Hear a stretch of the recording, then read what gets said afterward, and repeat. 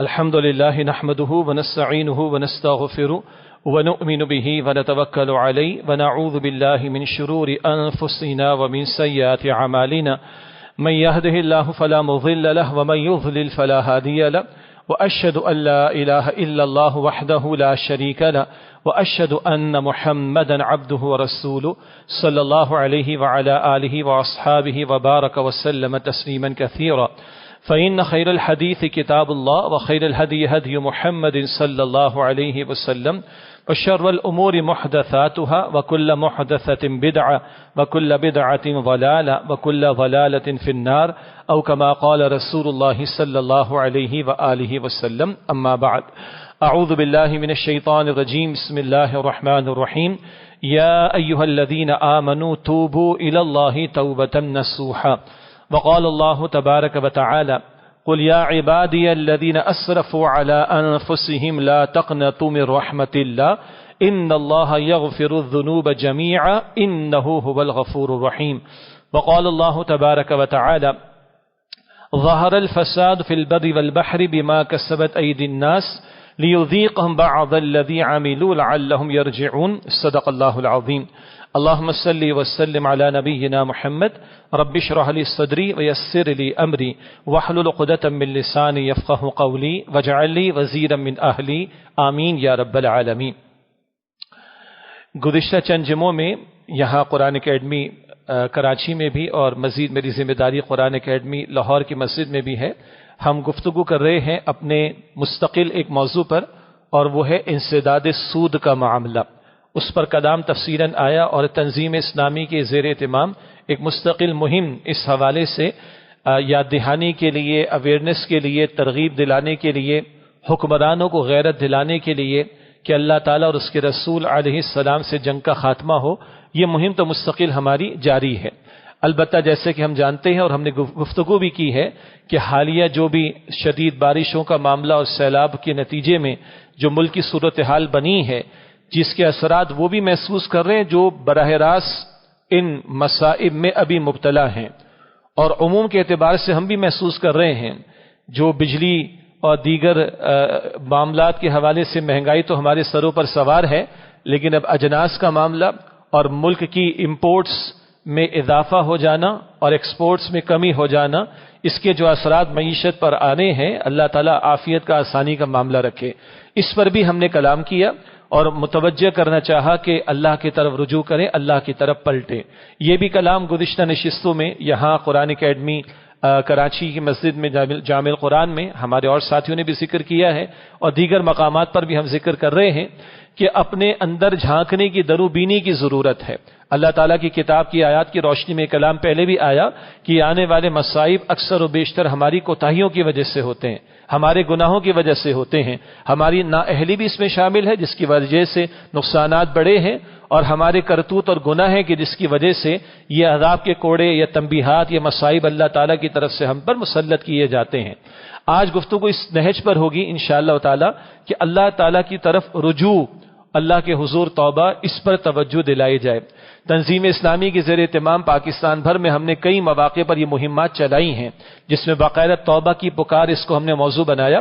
2005 کے زلزلوں کا معاملہ تھا، یا 2010 کے سیلاب کے بعد تباہیوں کا معاملہ تھا، یا دیگر آفات سماوی کے مواقع پر بھی ہم نے قوم کو متوجہ کرنے کی کوشش کی ہے، اور یہ بہرحال ہم سب کی دینی ذمہ داری ہے، اور اللہ تعالیٰ کی مستقل دعوت ہے، اللہ کے پیغمبروں کی مستقل دعوت ہے کہ لوگ اللہ سبحانہ وتعالیٰ کی طرف رجوع کریں۔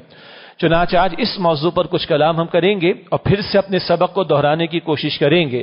جن مشکلات میں مبتلا ہیں، آزمائشوں میں گرفتار ہیں، پے در پے مصائب ہم پر بڑھتے چلے جا رہے ہیں، معاشی اعتبار سے ابتری کا معاملہ، سیاسی سطح پر ستیہ ناس ہو جانے کا معاملہ، ملکی معیشت اسٹیک پر کھڑی ہے، ہماری اکانومی کے ایک بڑا حصہ جو آمدن ہمارے پاس ہے وہ سود کی ادائیگی، سودی قرضوں کی ادائیگی میں ختم ہو جائے تو بچے گا کیا اس قوم پر لگانے کے لیے ہمارے پاس؟ یہ سارے مسائل ہیں، اندرونی طور پر یہ مسائل، بیرونی طور پر خطرات ہیں۔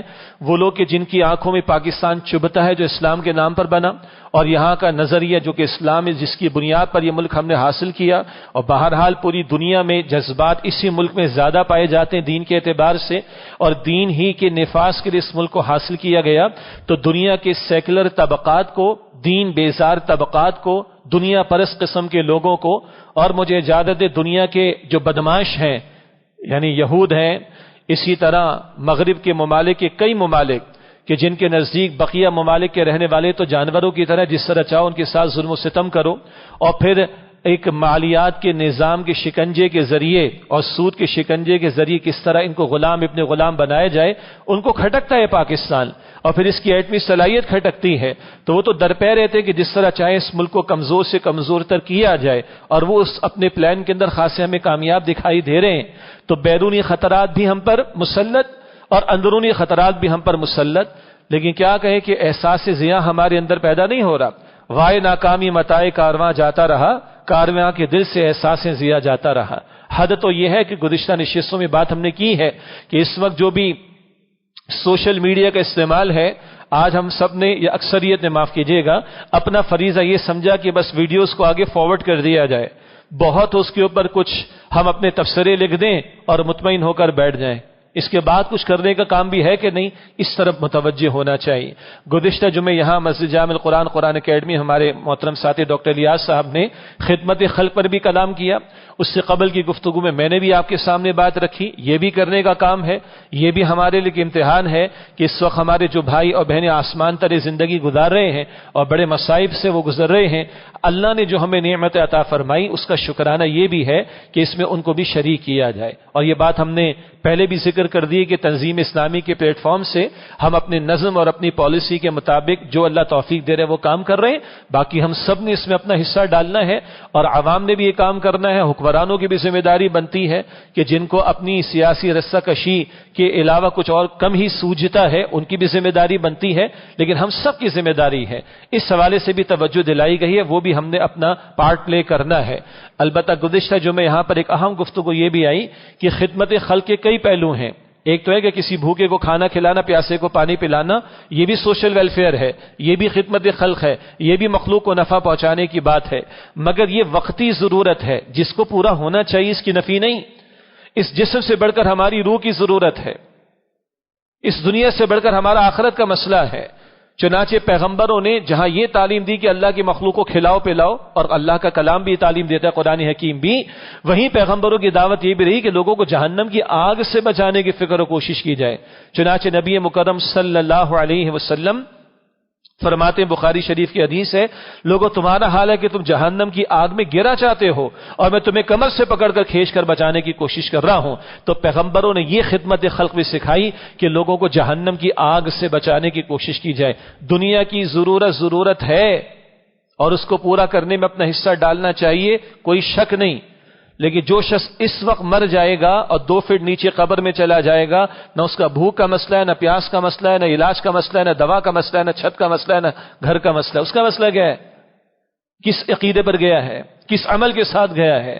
پھر وہ برزخ کی زندگی جس کو قبر کی زندگی بھی کہتے ہیں، وہاں عذاب بھی ہے، وہاں راحت بھی ہے، اور پھر بالآخر قیامت کا برپا ہونا، وہ سب سے بڑا معاملہ۔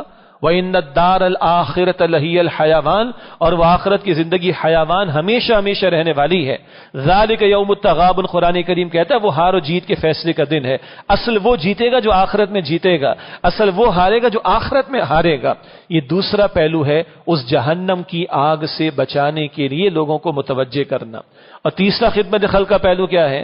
جو انقلابی تصور ہے وہ ہے ایک ظالمانہ نظام جو امیر کو امیر بناتا ہے، غریب کو غریب بناتا ہے، امیر کو امیر تر بناتا ہے اور غریب کو غریب تر بناتا ہے، جس کی وجہ سے مخلوق کا ایک بہت بڑا حصہ ظلم کی چکی کے تحت پس رہا ہوتا ہے، اور ایک بہت بڑا حصہ مخلوق کا وہ غربت کی سطح سے نیچے، پاورٹی لیول سے نیچے زندگی بسر کر رہا ہوتا ہے۔ اس ظالمانہ نظام کی وجہ سے چند افراد کے گھرانے تو پھلتے پھولتے ہیں، لیکن غریب کا پیٹ کٹتا بھی ہے، پھٹتا بھی ہے، اس کے بچے بھی بکتے ہیں، اس کے بچے بھیک بھی مانگتے ہیں، وہ اپنے بچوں کو بیچنے کو بھی تیار ہو جاتا ہے۔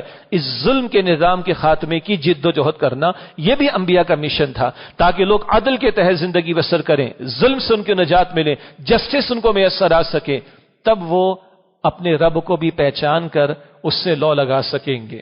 آج اس ملک میں 8 کروڑ افراد تو غربت کی سطح سے نیچے زندگی بسر کر رہے ہیں، پاورٹی لیول سے نیچے، یہ واضح نصیحت جو بڑے اچھے انداز سے میں آپ کے سامنے اچھی فیسلٹیز اس کو کہہ رہا ہوں، عرض کر رہا ہوں، اور آپ سن رہے ہیں، بڑا نارمل لائف ہے جو میں اور آپ گزار رہے ہیں، لیکن جس کے پیٹ میں بھی کھانے کو موجود نہ ہو اور جس کو پریشانی کہ شام کو بچے کو روٹی کہاں سے ملے گی، وہ نارمل رہ سکتا ہے؟ وہ کیا اللہ کو یاد کرے گا، کیا اللہ کو پکارے گا؟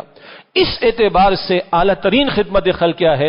ظلم کے نظام کا خاتمہ، عدل کا نفاذ ہونا چاہیے، بندوں کو بندوں کی غلامی سے نکال کر رب کی غلامی میں لایا جائے، بندوں پر ظالم انسانوں کا حکم نافذ نہ ہو، بندوں پر ان کے عادل رب کا حکم نافذ ہو، تو بندوں کو جینے کا حق بھی ملے گا، اور جب سکون ملے گا تو اپنے رب سے لو لگا سکیں گے اور اپنی آخرت کی زندگی کی تیاری کر سکیں گے۔ یہ انقلابی تصور خدمت خلق کا جو محمد مصطفیٰ صلی اللہ علیہ وسلم نے عطا فرمایا، اور 3 مرتبہ حضور کی انقلابی شان بیان ہوئی، لیظہرہ علی الدین کلہ، کہ آپ کو قرآن حکیم عطا کیا گیا، آپ کو دین حق دین اسلام عطا کیا گیا، صرف پڑھنے پڑھانے سننے سنانے کے لیے، بیان کر دینے کے لیے نہیں، اس لیے کہ اللہ کا حکم، اللہ کا دین زمین پر قائم اور نافذ ہو، تو وہ حضور نے قائم کر کے دکھایا۔ اس کی کئی برکات سیدنا عمر رضی اللہ تعالی عنہ کے دور میں ہم دیکھتے ہیں، ان کا سوشل ویلفیئر کا کانسیپٹ بھی، لیکن سوشل ویلفیئر مادی اعتبار سے بھی اور روحانی اعتبار سے بھی۔ سیدنا عمر بن عبد العزیز رحمۃ اللہ علیہ کا دور آتا ہے اور حکمرانوں کو کہنا پڑتا ہے، اعلان کروانا پڑتا ہے بازاروں میں، زکوٰۃ موجود ہے، کسی کو چاہیے تو آ کے لے لے۔ لینے والے موجود نہیں، زکوٰۃ دینے والے موجود، الحمدللہ۔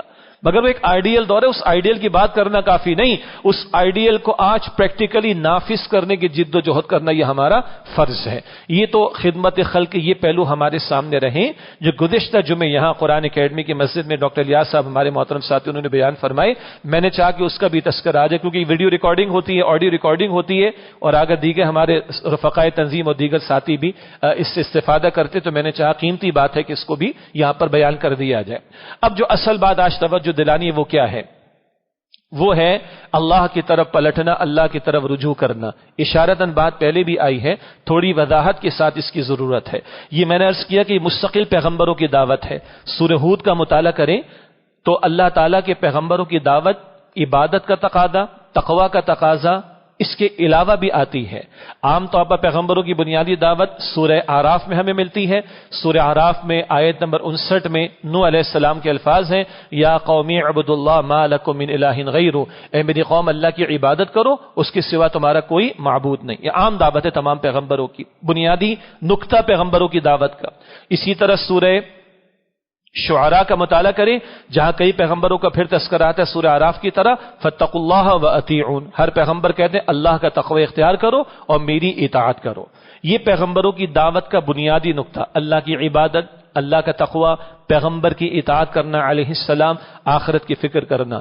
لیکن سورہ ہود کا مطالعہ کریں تو وہاں ایک سے زائد پیغمبروں کی زبانی کہلوایا گیا کہ اپنے رب کے استغفروا ربکم ثم توبوا الیہ، اپنے رب کے حضور بخشش کا سوال کرو، استغفروا ربکم، اپنے رب سے بخشش مانگو، یہ استغفار ہے، وتوبوا الیہ، اور اس کے حضور رجوع کرو۔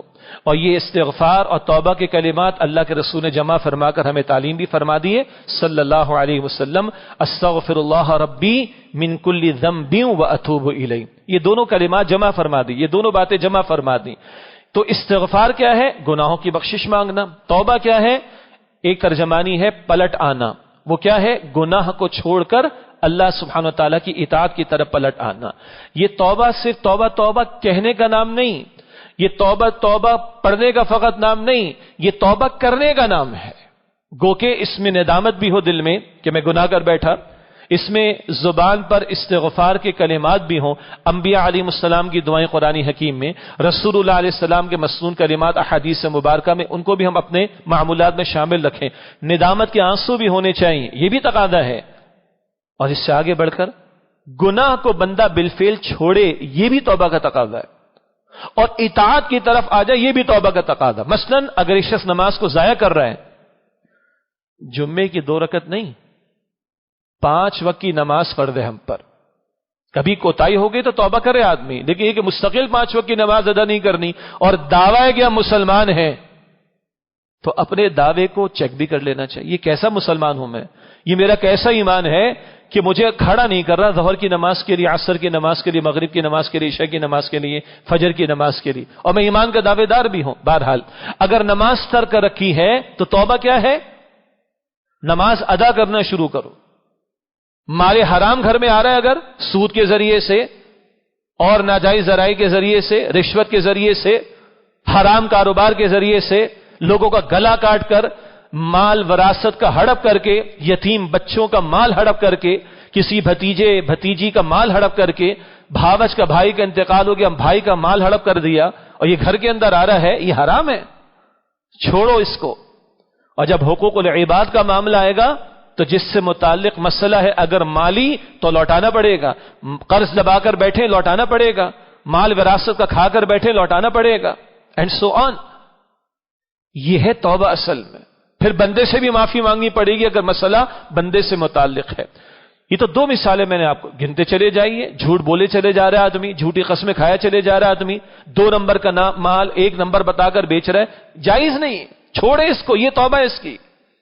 ماں باپ کا دل اکھا کر بیٹھے، ماں باپ کو گھر سے باہر کیا ہوا ہے، ناراض کر کے بیٹھے ہوئے، ظلم کر رہے ہیں ان کے اوپر، یہ حرام ہے، ماں باپ سے معافی مانگنی پڑے گی۔ بیوی کا حق مارا ہوا ہے، ظلم و زیادتی کر رہے ہیں، ظلم و ستم کر رہے ہیں، معافی مانگنی پڑے گی۔ ہماری مردانگی آڑے آتی ہے نا، میں مرد ہو کے معافی مانگوں گا، اچھا تو کتنا بڑا ہے بھائی، تیری اوقات کیا ہے؟ اللہ سانس روک دے تو، ہاں یورین پاس نہ ہو، پیشاب جسم سے نہ نکلے تو کیا حالت ہوتی ہے؟ اوقات کیا ہے ہماری آپ کی؟ وہ اللہ جو سب سے بڑا، اس کو جواب دینے میں نے اور آپ نے۔